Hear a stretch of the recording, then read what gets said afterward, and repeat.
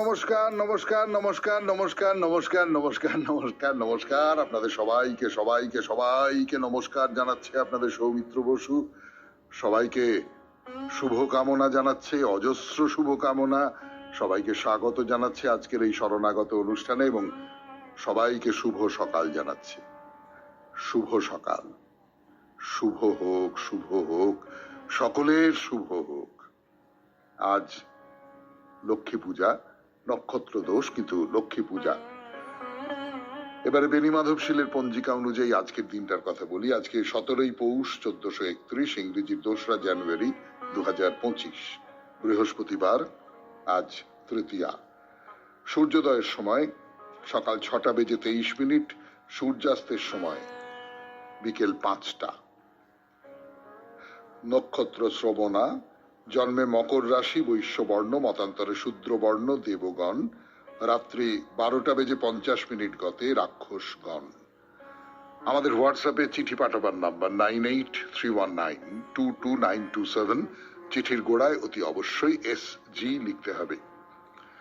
আর একটা কথা বলি আপনাদের, আগামী বৃহস্পতিবার আমাদের যে আপনাদের চিঠি নিয়ে যে অনুষ্ঠান হয়, সেই চিঠির বিষয়টা ঠিক করে দিই।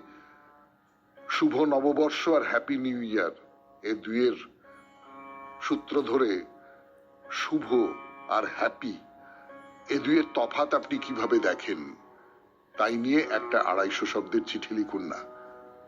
শুভ আর হ্যাপি, কাকে বলে শুভ আপনার কাছে আর কাকে বলে হ্যাপি আপনার কাছে, তাই নিয়ে 250 শব্দের মধ্যে একটি চিঠি। তার জন্য অপেক্ষা করে থাকবো। আগামী মঙ্গলবার সন্ধে 6টার মধ্যে সেই চিঠি আমাদের দপ্তরে পৌঁছে যাওয়া চাই।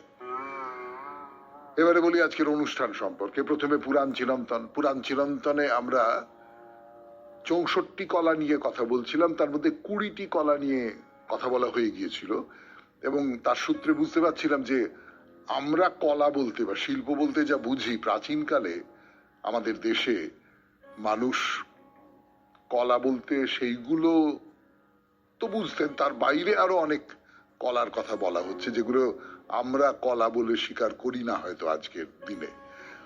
ফলে আমাদের খুব মজার লাগছে, খুব আগ্রহজনক বলে মনে হচ্ছে। সেই রকম আরেকটি কলার কথা বলবো আজকে। সেই কলাটি আমরা এর আগে বলেছিলাম, ইন্দ্রজালের কথা বলেছিলাম। আমরা যে কলাটির কথা বলবো আজকে তার নাম হচ্ছে কৌচুমার যোগ। কৌচুমার যোগ, তার কথা হবে। তারপর স্বামী বিবেকানন্দের রচনা থেকে পাঠ, রচনার নাম মায়া ও মুক্তি। তারপর ঠাকুর শ্রী রামকৃষ্ণ পরমহংসদেবের কথামৃত থেকে পাঠ এবং আমার মতন করে তার ব্যাখ্যা শব্দটা ব্যবহার করব না, আমার প্রতিক্রিয়া বলতে পারেন, স্বামী লোকেশ্বরানন্দের রচনা থেকে পাঠ, আপনাদের চিঠিপত্র এবং শেষে বাইরে দূরে। 92.7 বিগ FM এ শরণাগত অনুষ্ঠান। এখন পুরাণ চিরন্তন। আমি আছি আপনাদের সঙ্গে, আপনাদের সৌমিত্র বসু। কৌচুমার যোগ, পুরাণ চিরন্তন এই পর্বে। এই যে কৌচুমার, এই শব্দটা কোথা থেকে এসেছে বলতে পারবেন? আমার ধারণা আপনারা যদি আগে থেকে না জেনে থাকেন তাহলে বলতে পারবেন না। তার কারণ কৌচুমার কথাটা এসেছে কুচুমার থেকে।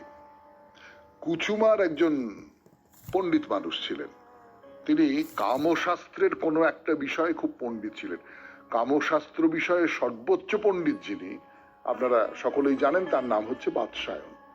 এবং বাৎসায়ন তার যে কামসূত্র, সেইখানে এই কুচুমারের কথা বলেছেন। মানে বাৎসায়নের আগে কামশাস্ত্র বিষয়ে যিনি খুব গভীর পাণ্ডিত্য অর্জন করেছিলেন তার নাম ছিল বাভ্রব্য।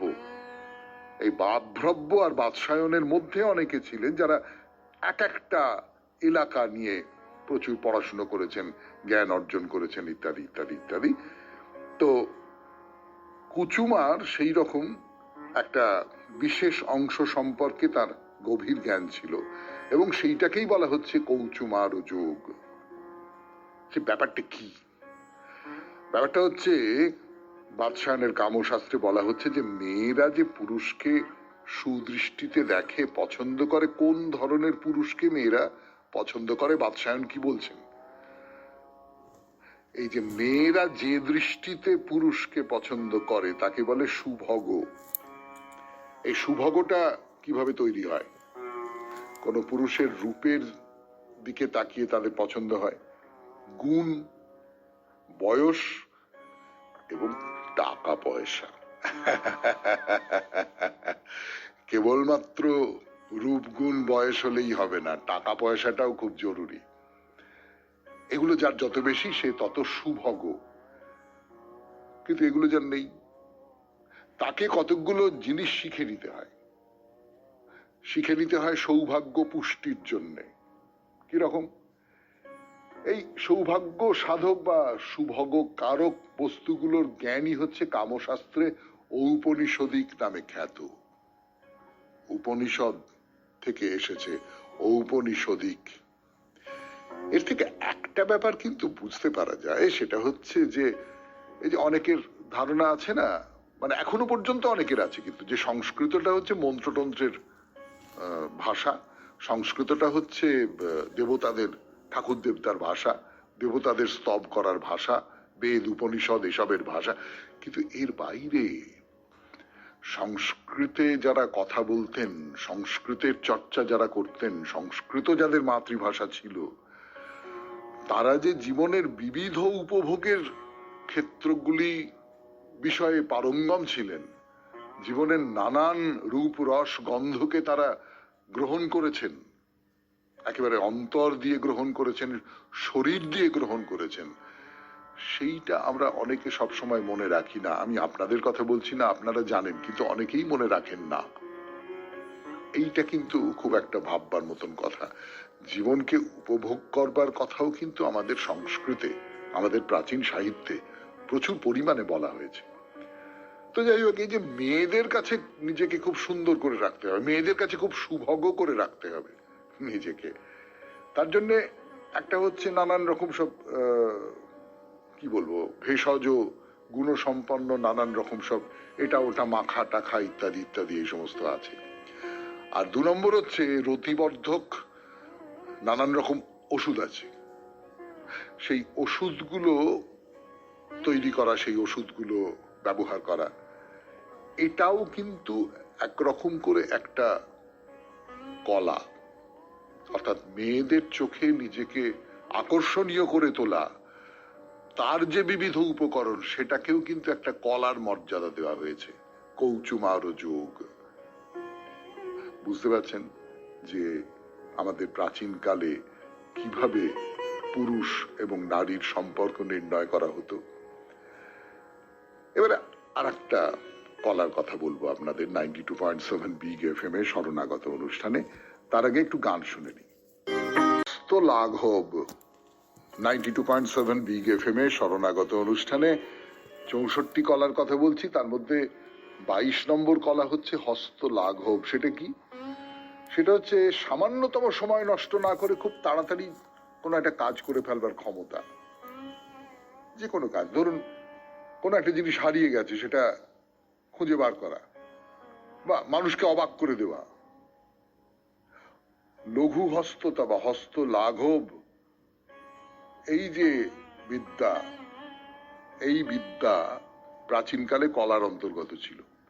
যেমন ধরুন গদা বিদ্যা, ধনুর্বিদ্যা, মানে কত তাড়াতাড়ি আপনি ধনুকে তীর জুড়ে তীরটা ছুঁড়ে দিতে পারেন, সেটা একটা শিল্প। হস্ত লাঘব বা লঘু হস্ততা এইরকম সব বলা হতো। অবশ্য অনেকে যেটা বলেন সেটা হচ্ছে হস্ত লাঘব মানে হচ্ছে হাতের কারসাজি, কৌশল, চুরি করা, মানে যে কোনো ভাবে হোক হাত সাফাই যাকে বলে, সেইটারই সংস্কৃত হস্ত লাঘব, এইরকম একটা মানেও তৈরি করা যায়। এইরকম আরো নানান কলার কথা বলে চলেছি আপনাদের পুরাণ চিরন্তন এই পর্বে 92.7 বিগ এফএম এর শরণাগত অনুষ্ঠানে। আজকের মতো শেষ করছি পুরাণ চিরন্তন 64 কলার কথা। এবারে গান, গানের পর স্বামী বিবেকানন্দের রচনা থেকে পাঠ। রচনার নাম মায়া ও মুক্তি। আমি আছি আপনাদের সঙ্গে, আপনাদের সৌমিত্র। 92.7 বিগ এফএম এ শরণাগত অনুষ্ঠান শুনছেন। আমি আছি আপনাদের সঙ্গে, আপনাদের সৌমিত্র বসু। স্বামী বিবেকানন্দের রচনা থেকে পাঠ। রচনার নাম মায়া ও মুক্তি। যতক্ষণ সেই বাণী অনুসরণ করি ততক্ষণই আমরা নীতিপরায়ণ। কেবল জীবাত্মা নয়, সেই নিম্নতম জড় পরমাণু হইতে উচ্চতম মানব পর্যন্ত সকলেই সে স্বর শুনিয়াছে, আর ওই স্বরে গা ঢালিয়া দিতে চাহিয়াছে। আর এই চেষ্টায় পরস্পর মিলিত হইতেছে, এই উহাকে ঠেলিয়া দিতেছে, আর এইভাবেই প্রতিদ্বন্দ্বিতা, আনন্দ, চেষ্টা, সুখ, জীবন, মৃত্যু সবকিছুর উৎপত্তি। আর এই অনন্ত বিশ্ব ব্রহ্মাণ্ড এই বাণীর সমীপে উপস্থিত হইবার উন্মত্ত চেষ্টার ফল ছাড়া আর কিছুই নয়। আমরা ইহাই করিয়া চলিয়াছি, ইহাই প্রকৃতির অভিব্যক্তি। এই বাণী শুনিতে পাইলে কি হয়? তখন আমাদের সম্মুখের দৃশ্য পরিবর্তিত হইয়া যায়। যখনই তুমি ওই স্বরকে জানিতে পারো, বুঝিতে পারো উহা কি, তখন সম্মুখের সকল দৃশ্যই পরিবর্তিত হইয়া যায়।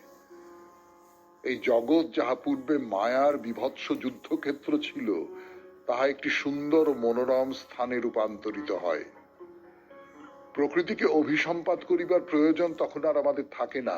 জগৎ অতি বিভৎস, অথবা এসবই বৃথা, ইহা বলিবারও আমাদের প্রয়োজন থাকে না। আমাদের কাঁদিবার অথবা বিলাপ করিবারও কোনো প্রয়োজন থাকে না।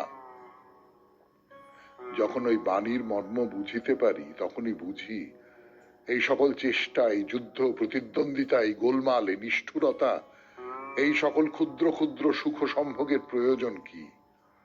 তখন বুঝিতে পারা যায় যে উহারা প্রকৃতির স্বভাববশতই ঘটিয়া থাকে। আমরা জ্ঞাতসারে বা অজ্ঞাতসারে সেই বাণীর দিকে অগ্রসর হইতেছি বলিয়াই এইগুলি ঘটিয়া থাকে। অতএব সমুদয় মানব জীবন, সমুদয় প্রকৃতি কেবল সেই মুক্ত ভাবকে অভিব্যক্ত করিতে চেষ্টা করিতেছে মাত্র। সূর্য সেই দিকে চলিয়াছে, পৃথিবীও ওই জন্য সূর্যের চতুর্দিকে ভ্রমণ করিতেছে, চন্দ্রও তাই পৃথিবীর চতুর্দিকে ঘুরিতেছে। সেই স্থানে উপস্থিত হইবার জন্য সকল গ্রহ ভ্রমণ করিতেছে এবং বায়ুও বহিতেছে। সেই মুক্তির জন্য বজ্র তীব্র নিনাদ করিতেছে, মৃত্যুও তাহারই জন্য চতুর্দিকে ঘুরিয়া বেড়াইতেছে। সকলেই সেই দিকে যাইবার জন্য চেষ্টা করিতেছে। সাধু সেই দিকে চলিয়াছেন, তিনিও না গিয়া থাকিতে পারেন না। তাহার পক্ষে উহা কিছু প্রশংসার কথা নহে। পাপীও চলিয়াছে। দানশীল ব্যক্তি সেই বাণী লক্ষ্য করিয়া সোজা সেই দিকে চলিয়াছেন, তিনি না গিয়া থাকিতে পারেন না। আবার ভয়ানক কৃপণ ব্যক্তিও সেই লক্ষ্যে চলিয়াছে। মহান হিতকারী ব্যক্তিও অন্তরে অন্তরে সেই বাণী শুনিয়াছেন, তিনি সেই হিতকর্ম না করিয়া থাকিতে পারেন না। আবার ভয়ানক অলস ব্যক্তিও সেই রূপ। একজনের অপেক্ষা অপর ব্যক্তির পদস্খলন বেশি হইতে পারে, আর যে ব্যক্তির খুব বেশি পদস্খলন হয় তাহাকে আমরা মন্দ বলি, আর যাহার পদস্খলন অল্প হয় তাহাকে আমরা ভালো বলি। ভালো মন্দ এই দুইটি ভিন্ন বস্তু নহে, উহারা একই জিনিস। উহাদের মধ্যে ভেদ প্রকারগত নহে, পরিমাণগত। শুনলেন স্বামী বিবেকানন্দের রচনা থেকে পাঠ, মায়া ও মুক্তি। এবারে গান। গানের পর 92.7 বিগ এফএম এ শরণাগত অনুষ্ঠানে কথামৃত। আমি আছি আপনাদের সঙ্গে। অমৃত 92.7 বিগ এফএম এ শরণাগত অনুষ্ঠান শুনছেন। আমি আছি আপনাদের সঙ্গে, আপনাদের সৌমিত্র বসু। এখন কথামৃত থেকে পাঠ করব এবং ওই তার সূত্র ধরে একটা দুটো কথা, আমার যা প্রতিক্রিয়া, সেইগুলো আমি প্রকাশ করবার চেষ্টা করব। ঠাকুর যে কথাটা বারবার করে বলছেন এবং যেটা সত্যি সত্যি ঠাকুরকে আধুনিক করেছে, ঠাকুরকে একটা কোনো গণ্ডির মধ্যে আটকে রাখেনি, তাকে বাইরে বেরিয়ে যেতে দিয়েছে, এবং যার সূত্র ধরে ঠাকুর শ্রী রামকৃষ্ণ পরমহংসদেব একজন, সেই অর্থে আপনি যদি বলেন প্রাতিষ্ঠানিক শিক্ষার ক্ষেত্রে একজন অশিক্ষিত মানুষ, তিনি সমস্ত পৃথিবীতে পরিব্যাপ্ত হয়ে গেছেন। মানে আমাদের খুব ছোটবেলায়, তখন যাদবপুর বিশ্ববিদ্যালয়ে লেখাপড়া করছি, একবারে ফার্স্ট ইয়ারে, ইতিহাসের একজন অধ্যাপক, খুব নামকরা অধ্যাপক, তিনি বলেছিলেন যে এই একজন লোক, যে লোকটা লেখাপড়া কিছু জানতো না, কিন্তু গোটা পৃথিবীকে সে নাড়িয়ে দিয়েছিল।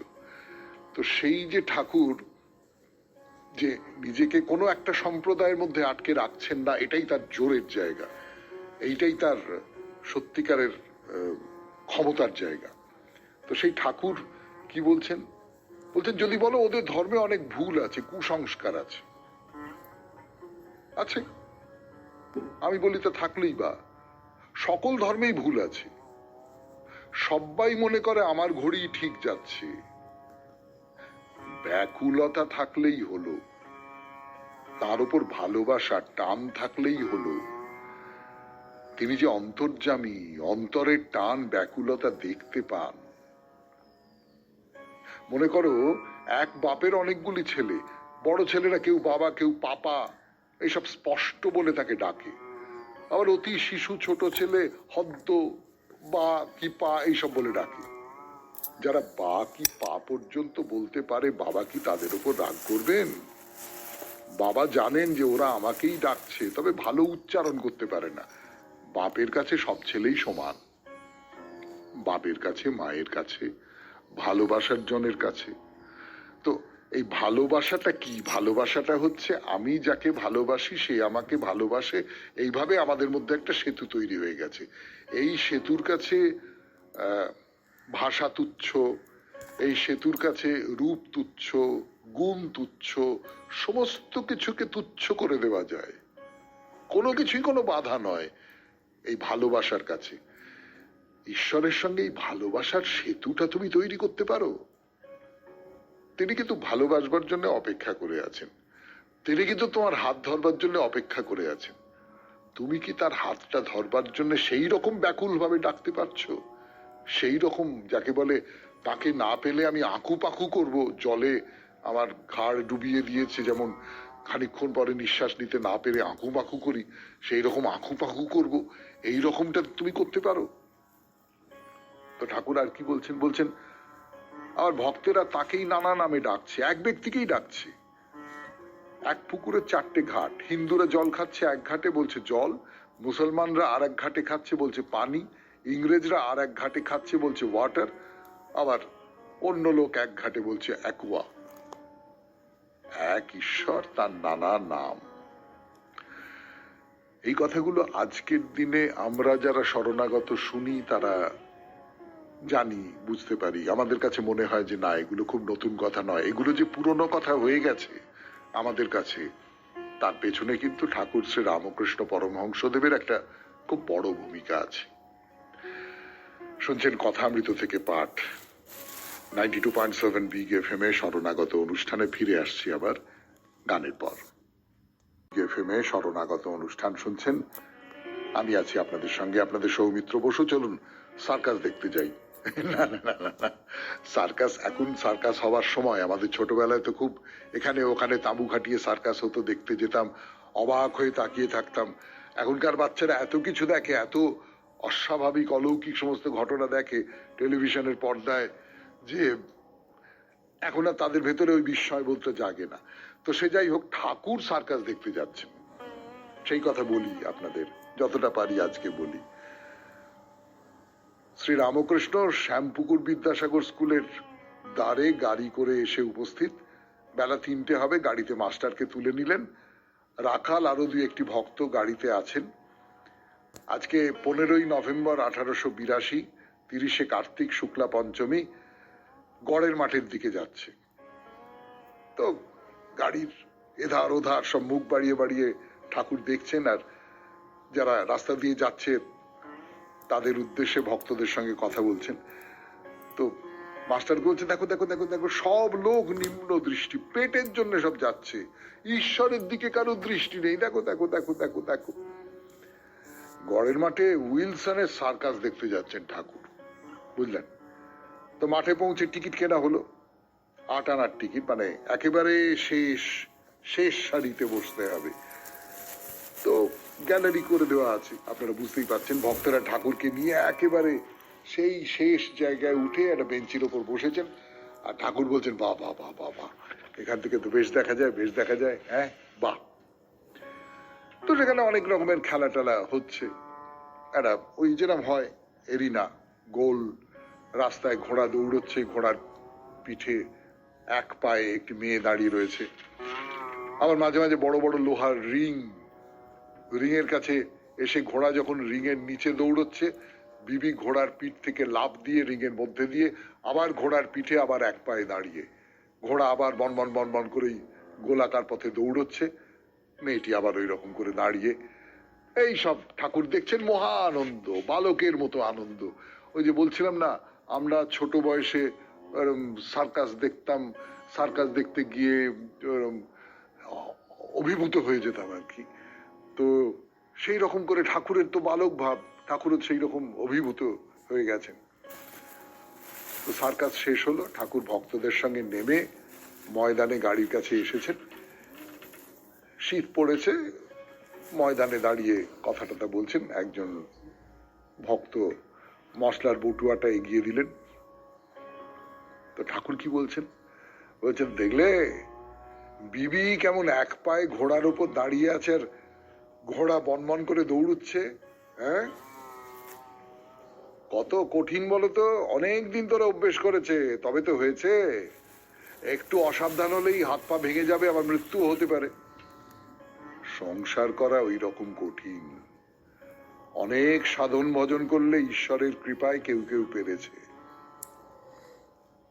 অধিকাংশ লোক পারে না। সংসার করতে গিয়ে আরো বদ্ধ হয়ে যায়, আরো ডুবে যায়, মৃত্যু যন্ত্রণা হয়। কেউ কেউ যেমন জনকাদি অনেক তপস্যার বলে সংসার করেছিলেন, তাই সাধন ভজন খুব দরকার, তা না হলে সংসারে ঠিক থাকা যায় না। এই দেখুন, এইটা একটা আশ্চর্য ব্যাপার যে যা কিছু দেখছেন চারপাশে, সেই সমস্ত কিছুর সঙ্গে কিন্তু তার যে ভক্তির যে জীবন, তার যে অধ্যাত্ম জীবন, সেইটাকে যুক্ত করে দিচ্ছেন। যে ওই যে মেয়েটি ঘোড়ার পিঠের ওপর এক পায়ে দাঁড়িয়ে রয়েছে এবং নানান রকম বাধা বিপত্তির মধ্যে দিয়ে সে ওই এক পায়ে দাঁড়িয়ে থাকছে, কখনো লাফ দিয়ে পার হয়ে যাচ্ছে বাধা বিপত্তি, এইটার সঙ্গে ঠাকুর কিন্তু সাধনাকে যুক্ত করে দিচ্ছেন। এইটাকেই বলে এক এক চোখে তার দিকে তাকিয়ে থাকা। আমি যেটা আমার বিষয়, যেটা আমার লক্ষ্য, আমার পথ, আমি সেই পথটা থেকে নড়বো না।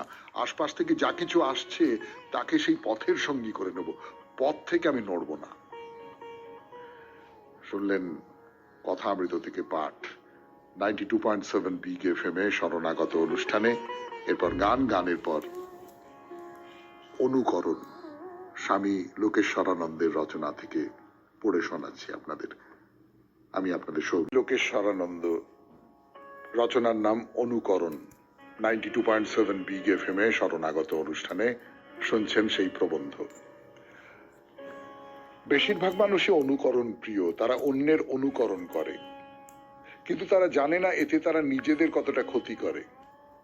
অনুকরণ সবসময়ই খারাপ, কিন্তু তড়িঘড়ি চারিত্রিক উন্নতির আশায়, সামাজিক মর্যাদা বৃদ্ধির লোভে অথবা বৌদ্ধিক প্রাপ্তির ঝোঁকে কারো অনুকরণ করা আরো ক্ষতিকারক। আমরা পরস্পরের কাছ থেকে শিখি, সে কথা সত্য, পারস্পরিক এই আদান প্রদান যত হয় ততই ভালো, কিন্তু অন্যকে নকল করার চেষ্টা, সে যেন অন্যের জামা গায়ে গলানোর মতো, যা কখনো মাপসই হয় না। পরিবেশ, জলবায়ু, পদমর্যাদা এবং জীবিকার সঙ্গেও সে সাজের কোনো সঙ্গতি থাকে না। মনে করুন একজন গোঁড়া ব্রাহ্মণ বিলিতি শার্ট এবং টাই পরেছেন, কিন্তু পায়ে খড়ম, তাকে কিরকম দেখাবে? ভালো লাগবে কি? মোটেও না। তাকে ঠিক ময়ূর পুচ্ছধারী দাঁড় কাকের মতোই লাগবে। এগুলি বলার উদ্দেশ্য এই যে আপনি যা হতে চান সেই লক্ষ্যের সঙ্গে সামঞ্জস্য রেখেই আপনাকে উন্নত হতে হবে। এই বিকাশ যথার্থ ও আন্তরিক হওয়া চাই। ওপর ভাষা হলে চলবে না। লোক দেখানো চটক বেশি দিন টেকে না, লোকে শীঘ্রই তা ধরে ফেলে। নির্বোধ ব্যক্তি জ্ঞানীর ভান করলেও নির্বোধই থেকে যায়। শুধু তাই নয়, তার আচরণ দেখে লোকেও হাসে। দুষ্ট ব্যক্তি মতলব করে তার দুষ্টামি ঢেকে রাখতে পারে, কিন্তু মুখোশ থাকায় সে যে সৎ মানুষ হয়ে যায় তা নয়, বরং সে আরো বিপজ্জনক হয়ে ওঠে। হ্যাঁ, আজকে যে দুষ্ট ব্যক্তি, ভবিষ্যতে সেও অবশ্যই সৎ হতে পারে, কিন্তু তার জন্য তাকে সংগ্রাম করতে হবে। একমাত্র কঠোর সুদীর্ঘ সংগ্রামের দ্বারাই এই রূপান্তর সম্ভব। ধরা যাক একজন অসাধু ব্যক্তি আন্তরিকভাবেই ভালো হতে চাইছেন, সেক্ষেত্রে তিনি কি করবেন? তিনি কি সততার ভান করে আগের মতোই লোক ঠকাবেন? তিনি কি সহজ লাভের লোভ দমন করার আপ্রাণ চেষ্টা করবেন না? অবশ্যই করবেন। তাকে প্রতি মুহূর্তে নিজের সঙ্গে যুদ্ধ করতে হবে এবং এ লড়াই তাকে ততদিন চালিয়ে যেতে হবে যতদিন সততা তার কাছে শ্বাস প্রশ্বাসের মতো সহজ ও স্বাভাবিক হয়ে না আসে। অতি কঠিন কাজ, সন্দেহ নেই, কিন্তু দ্বিতীয় কোনো পথ নেই। নিজেদের দুর্বলতাগুলি নিজেদেরই চূর্ণ বিচূর্ণ করে ফেলতে হবে। তাদের উপেক্ষা করার অর্থ তাদের প্রশ্রয় দেওয়া। হিন্দু ধর্মশাস্ত্রগুলি এক বাক্যে ঘোষণা করে যে আমরা প্রত্যেকেই স্বতন্ত্র, আপন আপন বৈশিষ্ট্যে আমরা সকলেই অনন্য। একজন মানুষের সঙ্গে আরেকজনের এতটাই পার্থক্য যে সকলের জন্য এক নিয়ম খাটে না, এক ছাঁচে সবাইকে ফেলা যায় না। সকলের আদর্শ বা মানদণ্ড আলাদা। একজনের ক্ষেত্রে যা ঠিক আরেকজনের ক্ষেত্রে তা ঠিক নাও হতে পারে। সাধু সন্তের ক্ষেত্রে অহিংসা আদর্শ, কিন্তু তা সৈনিকের আদর্শ হতে পারে না। সাধু যদি সৈনিকের ভূমিকা নেয় এবং সৈনিক যদি সাধুর ভূমিকায় অবতীর্ণ হয়, তাহলে সমাজ বিপন্ন হবে। প্রত্যেককেই তার নিজের পথে নিজের ভাবে চলতে হবে। প্রত্যেকেরই সহজাত একটা বৈশিষ্ট্য আছে, যে বৈশিষ্ট্যের মহিমায় সে উজ্জ্বল। সেই বৈশিষ্ট্য অক্ষুণ্ণ রাখতে না পারলে তার ভবিষ্যৎ উন্নতি ব্যাহত হবে। এই কারণেই হিন্দু ধর্ম বাইরে থেকে চাপিয়ে দেওয়া পরিবর্তনের বিরোধী।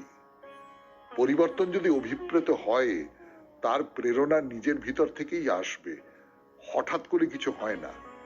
ধীরে ধীরে পরম ধৈর্যের সঙ্গে আপন প্রকৃতির সঙ্গে খাপ খাইয়ে এই পরিবর্তন আনতে হবে।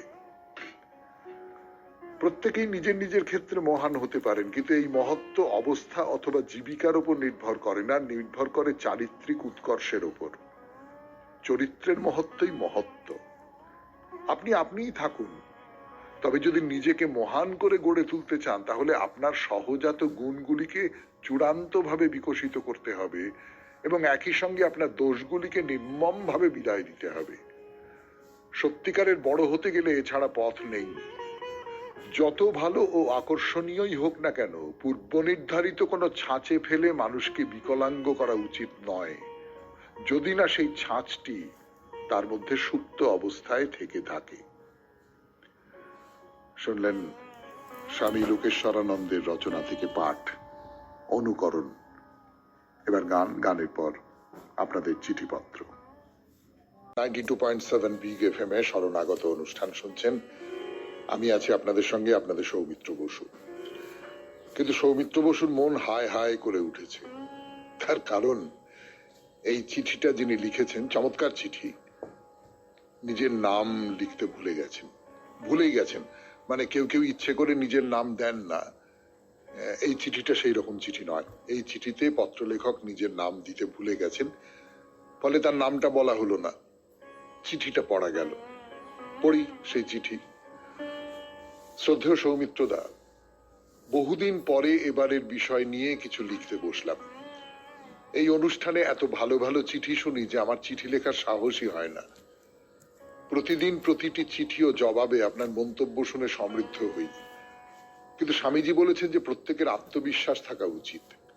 সেই বিশ্বাসে ভর করে লিখতে বসলাম। ভালো থাকার উপায় এক একজনের কাছে এক এক রকম। ভালো থাকতে শরীর ও মন দুটোকেই ভালো রাখতে হবে। 70-এর কোঠায় পৌঁছে প্রথমে শরীরটা ভালো রাখার চেষ্টা করি, তাই বছরে 2 বার স্বাস্থ্য পরীক্ষা করিয়ে নিই। ডাক্তারবাবু ওকে বললে মনটাও ফুরফুরে থাকে। প্রতিদিন ভোরবেলা রামায়ণ, মহাভারত, পুরাণের গল্প, 2 জন সন্ন্যাসী রচিত গ্রন্থ পাঠ, আর এক সন্ন্যাসীর জীবনী ও উপদেশ, এবং সবশেষে দেশ বিদেশের মন্দিরের তথ্য সমৃদ্ধ কাহিনী শুনে জ্ঞান, বুদ্ধি, মনকে ফিল্টার করি। সঙ্গে হালকা যোগা, প্রাণায়াম অভ্যাস চলে ডাক্তারবাবুদের পরামর্শ মতো। তারপর যাই অল্প কিছুক্ষণ হাঁটতে। শরীর ও মন ভালো রাখার আর একটা বড় উপায় প্রিয় শিল্পীদের গান শোনা। তাই টিফিন খাওয়ার পর বেশ কিছুক্ষণ গান শুনি। মাঝে মধ্যে নিজের কিবোর্ড বাজাতে বসে পড়ি। সকালে ও বিকালে কিছুক্ষণ ছাদ বাগানে গাছের পরিচর্যা। ছোট্ট গাছগুলোকে তিলে তিলে বড় করে তাতে ফল, ফুল, সবজি দেখতে যে কি আনন্দ, সে যে করে সেই জানে। আর আছে পাড়ার ছোট্ট 3টে বন্ধুর সঙ্গে মাঝে মাঝে কিছুক্ষণ সময় কাটানো। নিষ্পাপ ফুলের মতো 3জন আমার সঙ্গে গল্প করে, আবৃত্তি শোনায় ও খুনসুটি করে। দারুণ মজা পাওয়া যায়। আর মাঝে মাঝে সাধ্যমতো বেড়াতে যাওয়া শরীর মন দুটোকেই ভালো রাখে। বাহ, খুব ভালো। শুধু এর সঙ্গে আমি যোগ করব একটাই কথা, সেটা হচ্ছে একটু বই পড়া। খুব জ্ঞানের বই পড়তে হবে তার কোনো মানে নেই, গল্পের বই পড়ুন। কিন্তু বই পড়লে হয় কি, আপনি একটা অন্য জগতে চলে যেতে পারলেন। আপনার চারপাশের যে জগৎটা, সেইটাকে ছাড়িয়ে অন্য আর একটা জগতে চলে যেতে পারলেন। খানিকক্ষণের জন্য আপনি এই জগৎ থেকে ছুটি পেলেন। সেই ছুটিটা আপনি পান, নানান সূত্র ধরেই পান, আপনার চিঠি থেকে বোঝা যাচ্ছে। তবু তবু অনেক ধন্যবাদ। আপনার নামটা বলা গেল না বা জানা গেল না। এবারে তাহলে বাইরে দূরে 92.7 বিগ এফএম এ শরণাগত অনুষ্ঠানে ফিরে আসছি গানের পর। গান শেষ করে এবার সৌমিত্র বসু ফিরে এলো 92.7 বিগ এফএম এ শরণাগত অনুষ্ঠানে। মুন্ডেশ্বরী পাহাড়ের কথা, সোন নদীর তীরে মুন্ডেশ্বরী পাহাড়। সেই পাহাড়ের ওপর, পাহাড় বললে বেশি বলা হয়, আসলে একটা টিলার মতন। ওপরে উঠতে যে খুব কোনো আলাদা রকমের পরিশ্রম করতে হয় তা নয়, কিন্তু বড় সুন্দর জায়গা, জানেন, বড় সুন্দর জায়গা। মানে 4-5টা গাছপালা দিয়ে ঘেরা, তার মধ্যে ওই যে যে টিলাটার উপরে উঠবো আমরা, সেই টিলাটাও গাছপালা দিয়ে একেবারে, কি বলবো, থেকে গাছপালা যাকে বলে আমি জানি না, গাছপালার বিশেষণ হিসেবে থেকে শব্দটা ব্যবহার করে ঠিক হলো কিনা, কিন্তু আমার ওই রকমটাই মনে হয়। তো সেইখান দিয়ে উঠে সেই মন্দির, তো অনেকগুলো কারণে এই মন্দির খুব বিখ্যাত। তার মধ্যে একটা কারণ যে বহু পর্যটক এখানে আসেন। সেদিক থেকে ভারতের যে প্রধান মন্দিরগুলো, প্রধানতম যে মন্দিরগুলো, তাদের মধ্যে একটি। তার প্রাচীনত্বের দিক থেকে তো বটেই। মানে সত্যি সত্যি শিব এবং মহাশক্তিকে উৎসর্গ করা ভারতের যে প্রাচীনতম মন্দির, এবং যে মন্দিরটা ভেঙে পড়ে গেছে এরকমটা নয়, যে মন্দিরটা পরিত্যক্ত এরকমটা নয়, যে মন্দিরে এখনো পর্যন্ত মানুষ যাচ্ছে, এখনো পর্যন্ত পুজো হচ্ছে, এইটা ভারতের সেই প্রাচীনতম মন্দির বলেই আমি জানি আর কি। এবং শুধু বিহারের কেন, আমি তো বলবো গোটা দেশের যে সুন্দর মন্দিরগুলো রয়েছে, আপনি সুন্দর বলতে মানুষের তৈরি করা, মানে আধুনিক মানুষের তৈরি করা যে সৌন্দর্য, আমি সেই সৌন্দর্যের কথা বলছি না। প্রাচীন যে সৌন্দর্য, প্রাচীনতার যে সৌন্দর্য, সেই যে সৌন্দর্যময় যে মন্দিরগুলো রয়েছে, তাদের মধ্যে একটা ওই নাগারা স্থাপত্য শৈলী যাকে বলে। এই নাগারা স্থাপত্য শৈলী সম্পর্কে এর আগে আমি আপনাদের কিছু কিছু কথা বলেছি। তো সেই নাগারা স্থাপত্য শৈলীর একটি অপূর্ব নিদর্শন, অসাধারণ সুন্দর এই মন্দিরটা। এসআই মানে ভারতীয় পুরনো যে মন্দির বা পুরনো সৌধ, পুরনো প্রাচীন যা ঐতিহ্য সরকারিভাবে যারা সংরক্ষণ করে রেখে দেন, তাদের দ্বারা সংরক্ষিত। 1915 সাল থেকে এটা ওই এসআই এর অধীনে রয়েছে। তো এই মন্দির নিয়ে আরো তো কথা বলবো।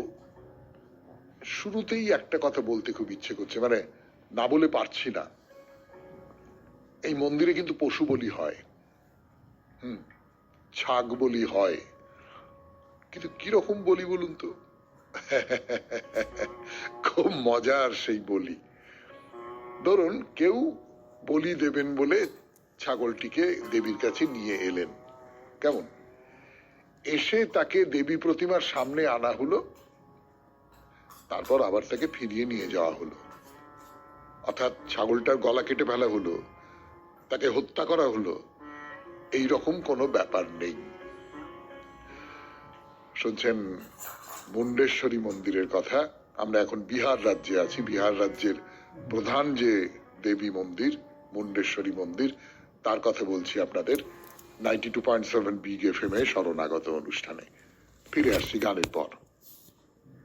92.7 বিগ এফএম এ শরণাগত অনুষ্ঠানে বাইরে দূরে পর্যায়ে মুন্ডেশ্বরী মন্দিরে ছাগ বলি হয়, কিন্তু সেই বলিতে রক্তপাতের কোনো ব্যাপার নেই।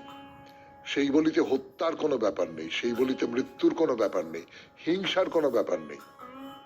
ছাগলটিকে নিয়ে আসা হয়, দেবীর পায়ের কাছে রাখা হয়, তারপর আবার তাকে ফেরত দিয়ে দেওয়া হয়। দেবী বলি গ্রহণ করলেন। তা সত্যি সত্যি এই বলির প্রথাটা তো খুব ভালো। মানে ধরুন আমরা ঠাকুরকে যে পুজো দিই, তাকে নিবেদন করি, ভোগ নিবেদন করি, তিনি কি সেটা খেয়ে নেন? আবার তো সেইগুলো ফেরত চলে আসে আমাদের কাছে। ঠিক তেমনি করে ছাগ শিশুটিকেও যদি আমরা হত্যা না করে তাকে দেবীর সামনে স্থাপন করলাম এবং তারপর আবার ফিরিয়ে নিয়ে এলাম, তাহলে কি কি ক্ষতিটা হয়? এটা আমার নিজের কিন্তু মনে হয়েছে খুব ভালো প্রথা, দিব্য প্রথা। হ্যাঁ, এসব কথা তো বলা হলো, আমার মনে হলো যে এই কথাটা আগে বলি আপনাদের, আমার নিজের খুব ভালো লেগেছে এই প্রথাটা। এবারে একটু ইতিহাসের দিকে ফিরে আসি, কেমন? এই মন্দিরটা কোন সময়ে তৈরি হয়েছিল? আপনাদের বলেছিলাম না এসআই এর কথা, মানে ভারতীয় পুরাতত্ত্ব সংরক্ষণ যারা করেন তারা তো এই মন্দিরটা 1915 খ্রিস্টাব্দ থেকে সংরক্ষণ করছেন। তো তারা বলছেন যে এই যে মুন্ডেশ্বরী দেবীর মন্দির, এটা 108 খ্রিস্টাব্দে তৈরি হয়েছিল বলে অনুমান করা হচ্ছে, আর এটা হচ্ছে 2025 খ্রিস্টাব্দ। মানে বুঝতে পারছেন, আন্দাজ করতে পারছেন যে কত কত পুরনো কালের এই মন্দির। এই মন্দির তৈরি হচ্ছে কোন সময়? মন্দিরের ভেতরে একটা ফলক রয়েছে, সেই ফলকে বলা হচ্ছে যে 625 খ্রিস্টাব্দ নাগাদ এই মন্দিরটা শেষ পর্যন্ত তৈরি হয়। সেদিক থেকে বলতে গেলে যে এই যে শিব এবং মহাশক্তি, মহামায়া, দুর্গা, যা কিছু বলুন না কেন, আমাদের এই দেশে তার সবচেয়ে প্রাচীন মন্দির এটা। পণ্ডিতেরা যেটা বলছেন সেটা হলো যে এই মন্দিরে, এইখানে আগে একটা শিক্ষা কেন্দ্র ছিল। ওই যেরকম নালন্দার কথা শুনেছি আমরা, সেটা বৌদ্ধ, কিন্তু এখানে শিক্ষা কেন্দ্র ছিল, এবং সেই শিক্ষা কেন্দ্র বলুন, ইনস্টিটিউশন বলুন, ধর্মশিক্ষার কেন্দ্র বলুন, এবং সেই ধর্মশিক্ষার যে জায়গাটা, সেইখানে একটা মন্দির ছিল। এরকমটা হতে পারে। আমি বারাণসীতে বেনারস হিন্দু ইউনিভার্সিটিতে গেছি, একাধিকবার গেছি, অনেকবারই নানান কাজে গেছি। তো সেখানে বিরাট ক্যাম্পাস, বিশাল, এবং তার মধ্যে কিন্তু একটি মন্দির আছে। খুবই মানে প্রচুর মানুষজন আসেন সেখানে, পুজো হয়। সেটা কিন্তু বিশ্ববিদ্যালয়ের ভেতরে। তো সেই রকমই ধরুন। আর এই মণ্ডলেশ্বরী হচ্ছেন, মণ্ডলেশ্বর শিব, মণ্ডলেশ্বরী হচ্ছেন শিবের গৃহিণী পার্বতী। তার এবং শিব তো আছেনই, তাদের এই মন্দির। এই মন্দিরের কথা আজকে আর নয়, আবার আগামীকাল 92.7 বিগ এফএম এ শরণাগত অনুষ্ঠানে। আজকের মতো তাহলে শেষ করি শরণাগত। আমাদের হোয়াটসঅ্যাপে চিঠি পাঠাবার নাম্বার 9831922927। চিঠির গোড়ায় অতি অবশ্যই SG লিখতে হবে। আর মনে আছে তো, সামনের বৃহস্পতিবারে যে আপনাদের চিঠিপত্র পড়ে শরণাগত, সেই চিঠির বিষয় হচ্ছে শুভ বনাম হ্যাপি। মানে আমরা বলি শুভ নববর্ষ আর হ্যাপি নিউ ইয়ার। শুভ আর হ্যাপি, এ দুয়ের তফাৎ কি আপনার কি মনে হয়? 250 শব্দের মধ্যে চিঠি লিখে মঙ্গলবার সন্ধে 6টার ভেতর আমাদের দপ্তরে পৌঁছে দেবেন। এবার তাহলে রবীন্দ্রনাথের কবিতা। মনেরে আজ কহ যে, ভালো মন্দ যাহাই আসুক সত্যের এলাও সহজে। কেউ বা তোমায় ভালোবাসে, কেউ বা বাঁচতে পারে না যে। কেউ বিকিয়ে আছে, কেউ বা সিকি পয়সা ধারে না যে। কতকটা যে স্বভাব তাদের, কতকটা বা তোমারও ভাই। কতকটাই ভবের গতিক, সবার তরে নহে সবাই। তোমায় কতক ফাঁকি দেবে, তুমিও কতক দেবে ফাঁকি। তোমার ভোগে কতক পড়বে, পরের ভোগে থাকবে বাকি। মান্ধাতারি আমল থেকে চলে আসছে এমনি রকম। তোমার কি এমন ভাগ্য, বাঁচিয়ে যাবে সকল জখম। মনেরে আজ কহ যে, ভালো মন্দ যাহাই আসুক সত্যের এলাও সহজে। অনেক ঝঞ্ঝা কাটিয়ে বুঝিয়ে এলে সুখের বন্দরেতে। জলের তলে পাহাড় ছিল, লাগলো বুকের অন্দরেতে। মুহূর্ত থেকে পাঁজরগুলো উঠল কেঁপে আর্তরবে। তাই নিয়ে কি সবার সঙ্গে ঝগড়া করে মরতে হবে? ভেসে থাকতে পারো যদি সেটাই সবার চেয়ে শ্রেয়, না পারো তো বিনা বাক্যে টুপ করিয়া ডুবে যেও। এটা কিছু অপূর্ব নয়, ঘটনা সামান্য খুবই। শঙ্কা যেথায় করে না কেউ, সেইখানে হয় জাহাজ ডুবি। মনেরে তাই কহ যে, ভালো মন্দ যাহাই আসুক, সত্যের এলাও সহজে। তোমার মাপে হয়নি সবাই, তুমিও হওনি সবার মাপে। তুমি মরো কারো ঠেলায়, কেউ বা মরে তোমার চাপে। তবু ভেবে দেখতে গেলে এমনি কিসের টানাটানি? তেমন করে হাত বাড়ালে সুখ পাওয়া যায় অনেকখানি। আকাশ তবু সুনীল থাকে, মধুর থাকে ভোরের আলো। মরণ এলে হঠাৎ দেখি মরার চেয়ে বাঁচাই ভালো। যাহার লাগি চক্ষু বুঝে বহিয়ে দিলাম অশ্রু সাগর, তাহারে বাদ দিয়েও দেখি বিশ্বভুবন মস্ত ডাগর। মনেরে তাই কহ যে, ভালো মন্দ যাহাই আসুক, সত্যের এলাও সহজে। নিজের ছায়া মস্ত করে অস্তাচলে বসে বসে আধার করে তোলো যদি জীবনখানা নিজের দোষে। বিধির সঙ্গে বিবাদ করে নিজের পায়েই কুড়ুল মারো, দোহাই তবে এ কার্যটা যত শীঘ্র পারো সারো। খুব খানিকটা কেঁদে কেটে অশ্রু ঢেলে ঘড়া ঘড়া মনের সঙ্গে একরকমে করে নে ভাই বোঝাপড়া। তাহার পরে আধার ঘরে প্রদীপখানি জ্বালিয়ে তোলো। ভুলে যা ভাই কাহার সঙ্গে কতটুকুন তফাৎ হলো। মনেরে তাই কহ যে, ভালো মন্দ যাহাই আসুক, সত্যের এলাও সহজে। খুব ভালো থাকবেন, আনন্দে থাকবেন। নমস্কার।